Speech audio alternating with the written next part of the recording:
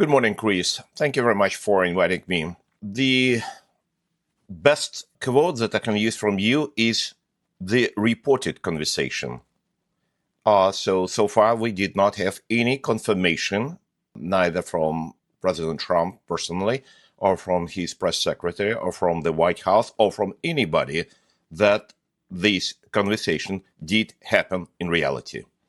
President Trump, it is very visible from the excerpts that you put on air that he was talking about conversations at different levels, but he never mentioned that it was his personal conversation with Vladimir Putin.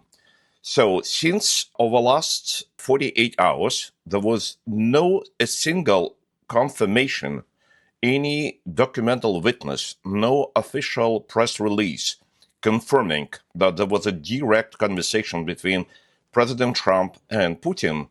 I conclude that at this moment, we cannot claim that there was any conversation between these two gentlemen. So there are some consultations at different levels from members of Trump's team and from the Putin's administration. That's clear.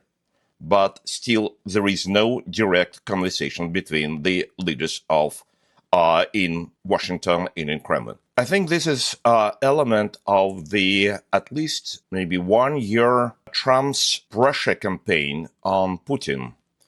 That is definitely has different stages. One stage was before November 5th, before Donald Trump has been elected as the president of the United States. And over the last 3 months, it's another stage.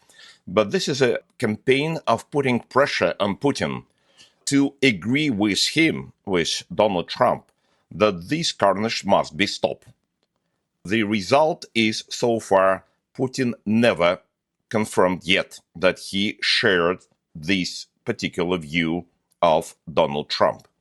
And US president is continuing this pressure campaign.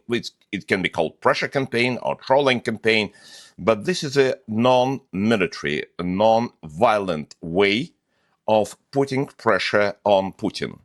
So far, we did not see that Putin has changed his position even for inch. Putin himself personally and his minions are repeating the old stuff about the so-called reality on the land. So that is why Putin is not ready to change his position. He's ready to continue war. He's ready and willing to kill thousands and thousands of people every day. So that is why we can say that the position of the Donald Trump and Putin are diametrically opposite to each other. So that is why we continue to see what kind of new instruments, what kind of new pressure Donald Trump will be putting on Putin to force him to either negotiation table or to acceptance of the very idea of conversation with Ukraine and with the United States on this issue. So far, we did not see a single confirmation of Putin's readiness to do it. That's a noble intention, and any reasonable people around the world could only support this intention and efforts of Donald Trump personally and his team to end the war. But the old lessons for such conflicts, and especially all conflicts that have been waged by Putin personally, gives us one lesson. This war can be stopped, and this peace can be achieved via only one path, via military defeat of Russian forces. And this military defeat of Russian forces in the Russian-Ukrainian war, meaning on the territory of Ukraine, and if it is necessary, on territory of Russia or on the territory of any other place, that is preceding fact before any fruitful negotiations can be launched.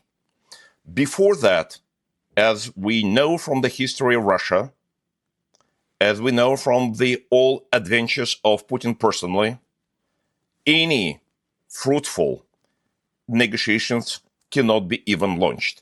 So that is why this very basic idea, and these very basic conclusions must be recognized by Trump's team, and that is why all efforts of the Trump's team, Mr. Kellogg, Mr. Waltz, Mr. Rubio, Mr. Ratcliffe, Mr. Hexet, everybody should be redirected in such way that Russian troops must be defeated with help of Ukrainian forces, with massive increase of military aid to Ukraine, and with some measures that can be taken only by the US president.